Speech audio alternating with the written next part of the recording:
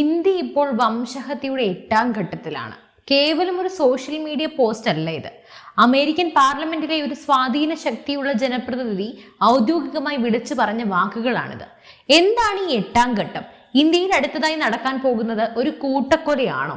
അന്താരാഷ്ട്ര തലത്തിൽ ഇന്ത്യയെ തകർക്കാൻ രൂപം കൊണ്ട രഹസ്യ അജണ്ടയുടെ പിന്നാമ്പുറ കഥകൾ കൃത്യമായ തെളിവുകളോടെ നമ്മൾ ഇന്ന് തുറന്നു കാട്ടുകയാണ്.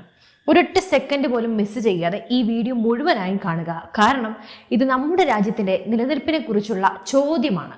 സാമ്പത്തികമായും സാങ്കേതികമായും സൈനികമായും ഭാരതം കൈവരിക്കുന്ന ഈ അസാധാരണമായ വളർച്ച പല വിദേശ ശക്തികളുടെയും ഉറക്കം കെടുത്തുന്നുണ്ട്. പ്രത്യേകിച്ചും സ്വന്തം പാരമ്പര്യത്തിലും സംസ്കാരത്തിലും അഭിമാനിച്ചുകൊണ്ട് ഇന്ത്യ ഒരു ആഗോള ശക്തിയായി മാറുമ്പോൾ അതിനെ എങ്ങനെയെങ്കിലും തളയ്ക്കണമെന്ന് ആഗ്രഹിക്കുന്ന ഒരു അന്താരാഷ്ട്ര ലോബി ഇന്ന് സജീവമാണ്.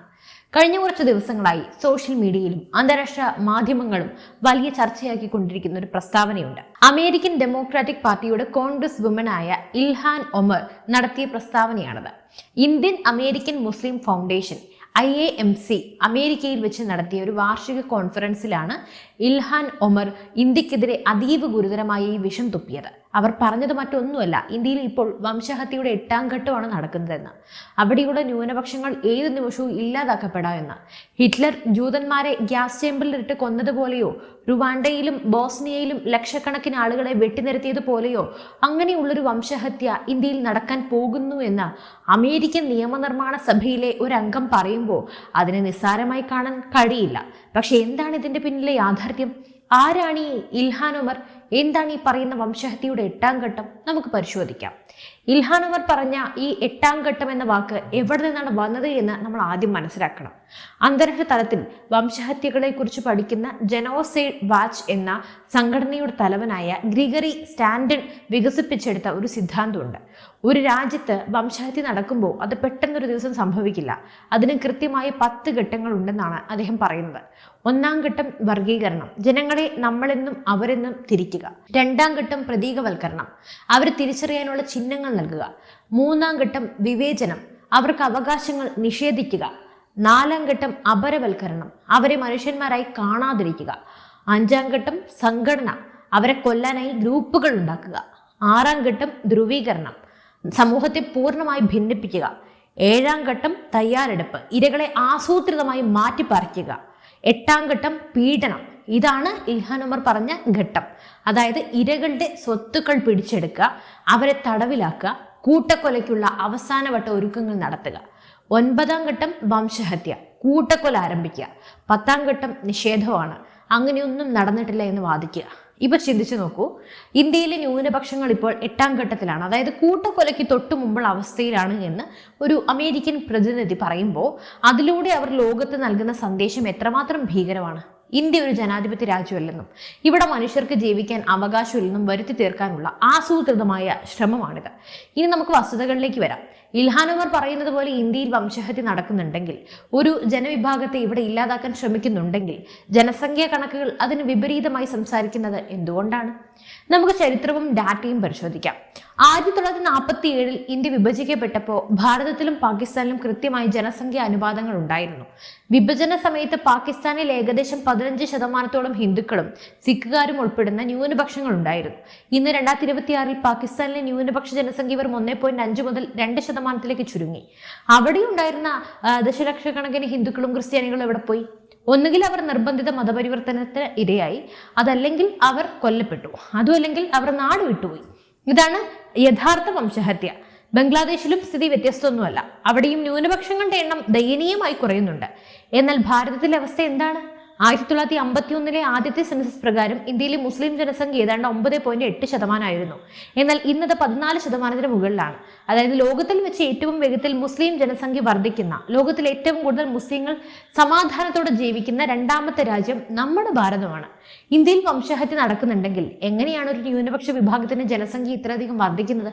ഇന്ത്യയുടെ രാഷ്ട്രപതി പദവിയിലും സുപ്രീം കോടതി ചീഫ് ജസ്റ്റിസ് പദവിയിലും രാജ്യത്തിന്റെ സൈന്യത്തിലും ബഹിരാകാശ ഗവേഷണ കേന്ദ്രത്തിലും സിനിമാ കായിക രംഗങ്ങളിലും ഒക്കെ ന്യൂനപക്ഷ വിഭാഗത്തിൽപ്പെട്ടവർ പരമോന്നത സ്ഥാനങ്ങളിൽ എത്തിയിട്ടുണ്ട്.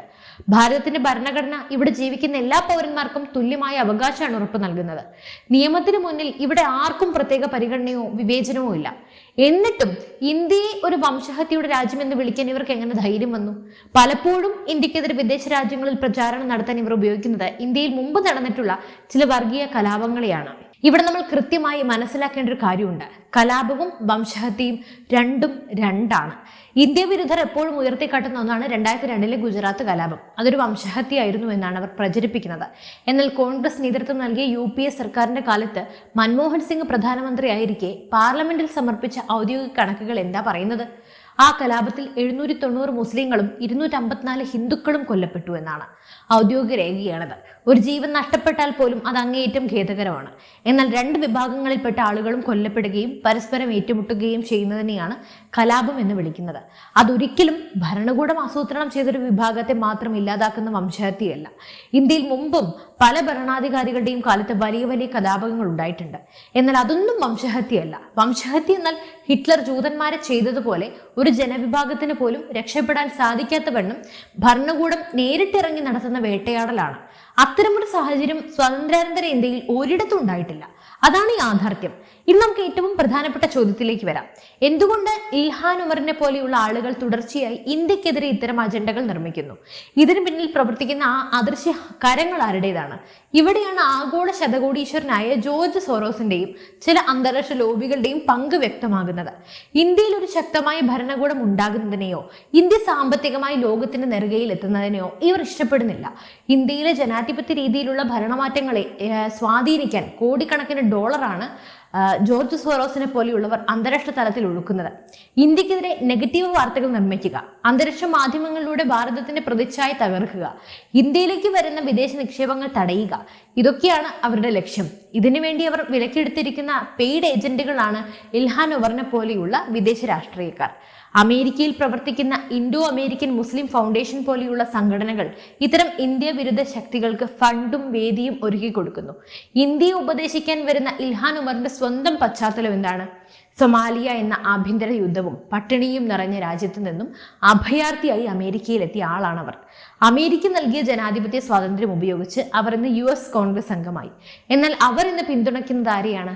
ഏതാനും വർഷങ്ങൾക്ക് മുമ്പ് ഇൽഹാൻ ഉമർ പാകിസ്ഥാൻ സന്ദർശിക്കുകയും പാക് അധിനിവേശ കശ്മീരിൽ പോയി ഇന്ത്യക്കെതിരെ പ്രസ്താവനകൾ നടത്തുകയും ചെയ്തത് നമ്മൾ കണ്ടതാണ്. പാകിസ്ഥാൻ എന്ന രാജ്യം ഭീകരവാദികളെ വളർത്തുന്നതിനെ കുറിച്ചോ അവിടെയുള്ള ന്യൂനപക്ഷങ്ങളെ പീഡിപ്പിക്കുന്നതിനെ കുറിച്ചോ ഇവർ ഒരക്ഷരം മിണ്ടിയിട്ടില്ല.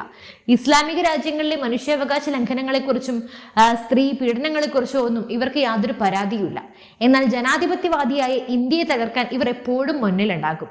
അമേരിക്കയിലെ വോട്ട് ബാങ്ക് രാഷ്ട്രീയത്തിന് വേണ്ടിയും വിദേശ ഫണ്ടുകൾക്ക് വേണ്ടിയും സ്വന്തം മനസാക്ഷി പണയം വെച്ച, ആത്മാഭിമാനം പണയം വെച്ച ഇത്തരം രാഷ്ട്രീയക്കാരുടെ ഇരട്ടത്താപ്പാണ് ഇവിടെ വ്യക്തമാകുന്നത്. ലോകത്തിലെ ഏറ്റവും വലിയ ഫ്രീ സൊസൈറ്റിയായ അമേരിക്കയിൽ ഇരുന്ന് മറ്റൊരു വലിയ ജനാധിപത്യ രാജ്യത്തെ അപകീർത്തിപ്പെടുത്തുകയാണ് ഇവർ ചെയ്യുന്നത്. അതിലൊന്നും അത്ഭുതപ്പെടാനില്ല, നടത്തട്ടെ. എന്തായാലും ഈ വിഷയത്തിൽ നിങ്ങളുടെ അഭിപ്രായം എന്താണ്? തീർച്ചയായും നിങ്ങളുടെ അഭിപ്രായങ്ങൾ താഴെ കമന്റ് ചെയ്യൂ. മറ്റൊരു വിഷയമായി വീണ്ടും എത്തും വരെ നന്ദി.